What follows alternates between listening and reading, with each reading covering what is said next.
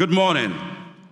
My name is Bankole Thompson. I'm a journalist, author, a friend of Dr. Anderson. The last time we got together was at his favorite country club last year.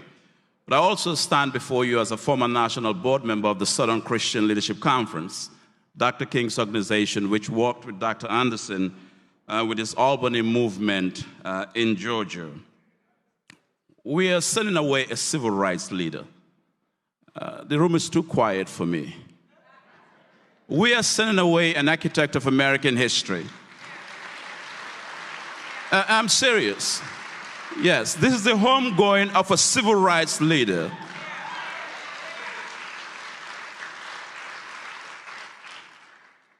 So I want to speak for a moment, just a brief moment, on the topic, that's right, on the topic, William G. Anderson and the empty chair at the Constitutional Convention of 1787. To the presiding minister, the Reverend Carlisle Fielding Seward, the children of Dr. Anderson, Gail, Loretta, Vale, Janita, Frank, Lois, and of course, Danita Dornhill. If I miss any names, blame Gail, he gave me those names. Seriously, I'm deeply grateful to the Anderson family for the privilege of standing before you today to offer these brief reflections on the life of a remarkable man. Since his death, I have been thinking about a room, not the motel room in Memphis where Dr. King took an assassin's bullet, but a room in Philadelphia in the summer of 1787. Inside that room sat George Washington, Benjamin Franklin, James Madison, and other delegates of the Constitutional Convention, wrestling with the question of a new republic. They were asking questions that will travel across centuries, and those Socratic questions are, what is liberty? Who possesses power? What are the obligations of government? And ultimately, who belongs in we the people? They produced in 1787, stay with me, one of the most consequential political documents in human history. But there was something morally incomplete about that room, Gail and Loretta. There were too many chairs were empty. There was no chair for the enslaved black person. There was no chair for women. There was no chair for Native Americans.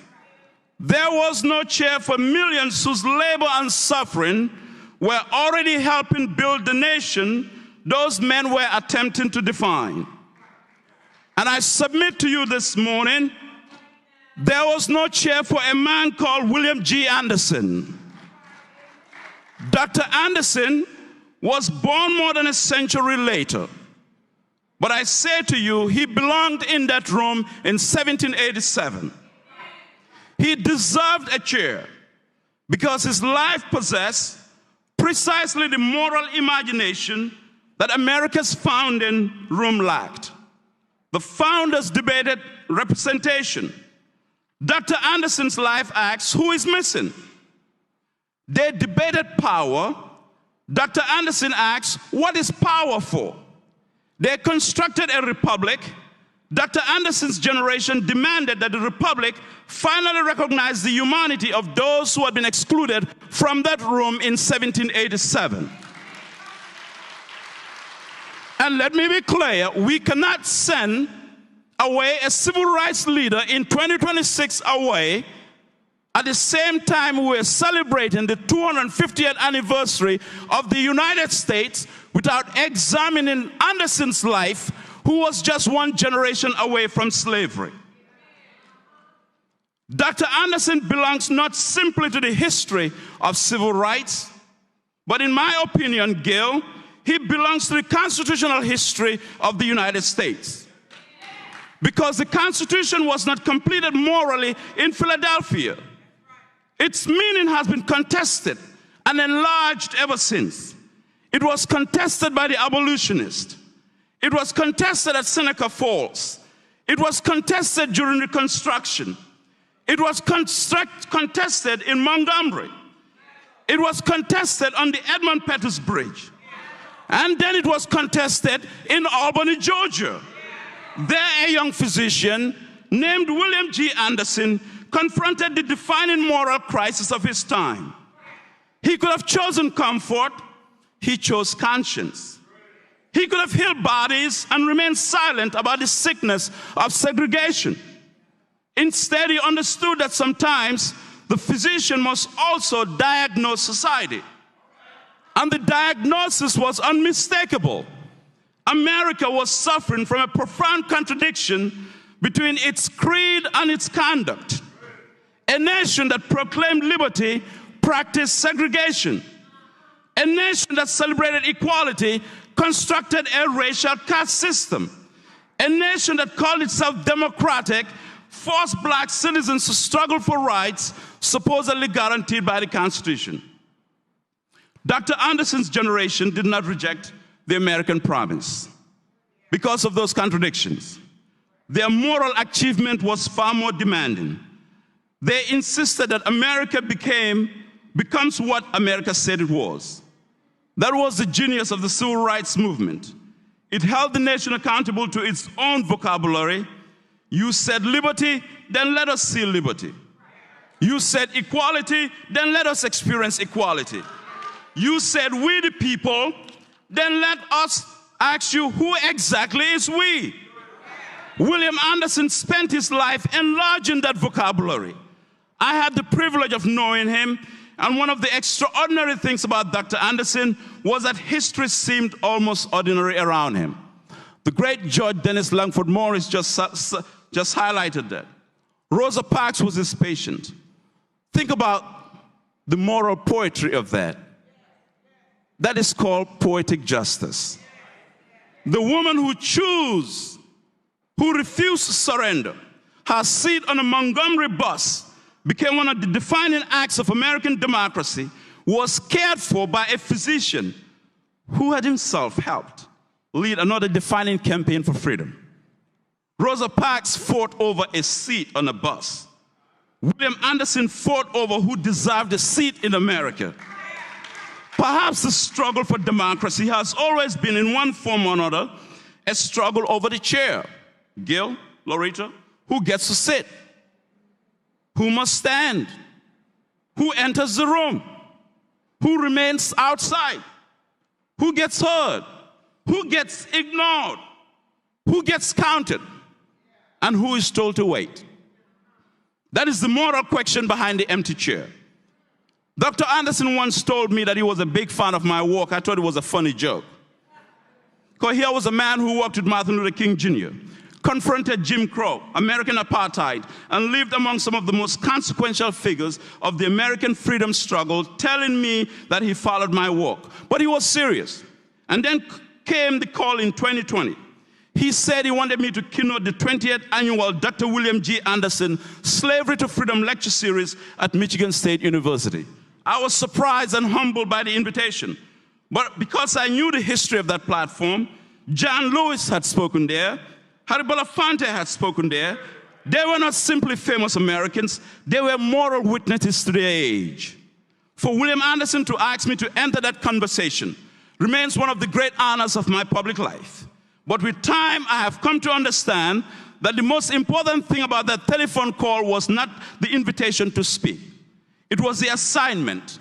Elders like Anderson did not merely give us stories. They gave us responsibilities. They asked, what will you do with what we suffered to give you? That question becomes especially urgent now. America is 250 years old. We will celebrate the Declaration of Independence. We will invoke Jefferson. We will honor Washington, Franklin, and Madison. And we should. But a nation becomes morally mature only when it is capable of celebrating its founding without concealing its contradictions. At 250 years today, perhaps America should ask not simply who founded America, but who made America more faithful to its founding. And I have an answer for you this morning. His name is William G. Anderson. And we must ask the question as I finish. Who forced liberty to mean more than it originally meant? Who enlarged we the people?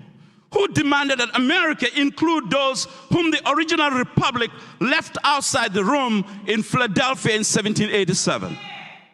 Frederick Douglass demanded, Harriet Tubman demanded, Ida B. Wells demanded, Reverend Jesse Louis Jackson Sr. demanded, Rosa Parks demanded, Martin Luther King Jr. demanded, John Lewis demanded, Fannie Lou Hamer demanded, my mentor, the Reverend Dr. Bernard Lafayette Jr. demanded, and William G. Anderson demanded.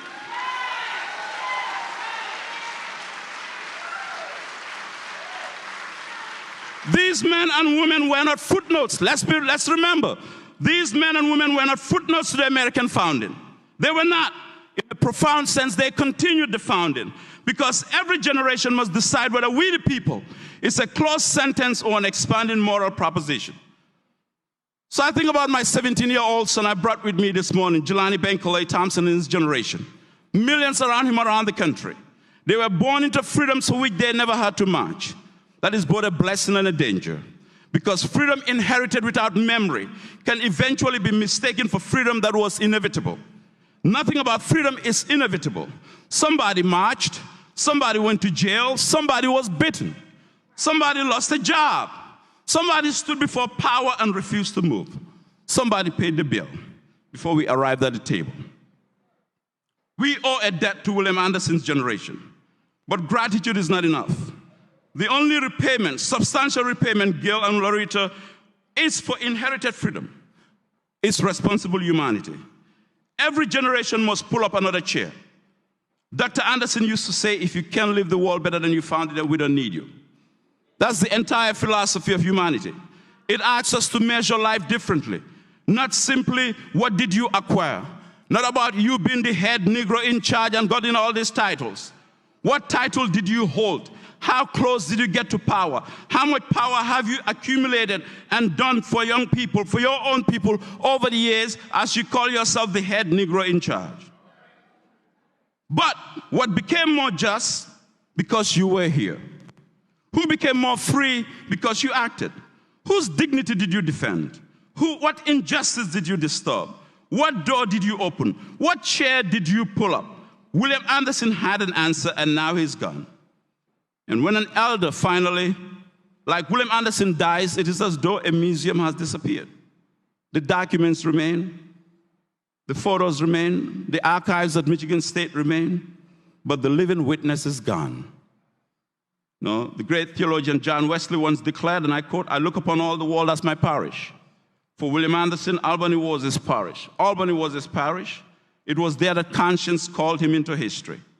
But his parish did not end in Georgia. Detroit became part of his parish. Michigan became part of his parish. Medicine became part of his parish.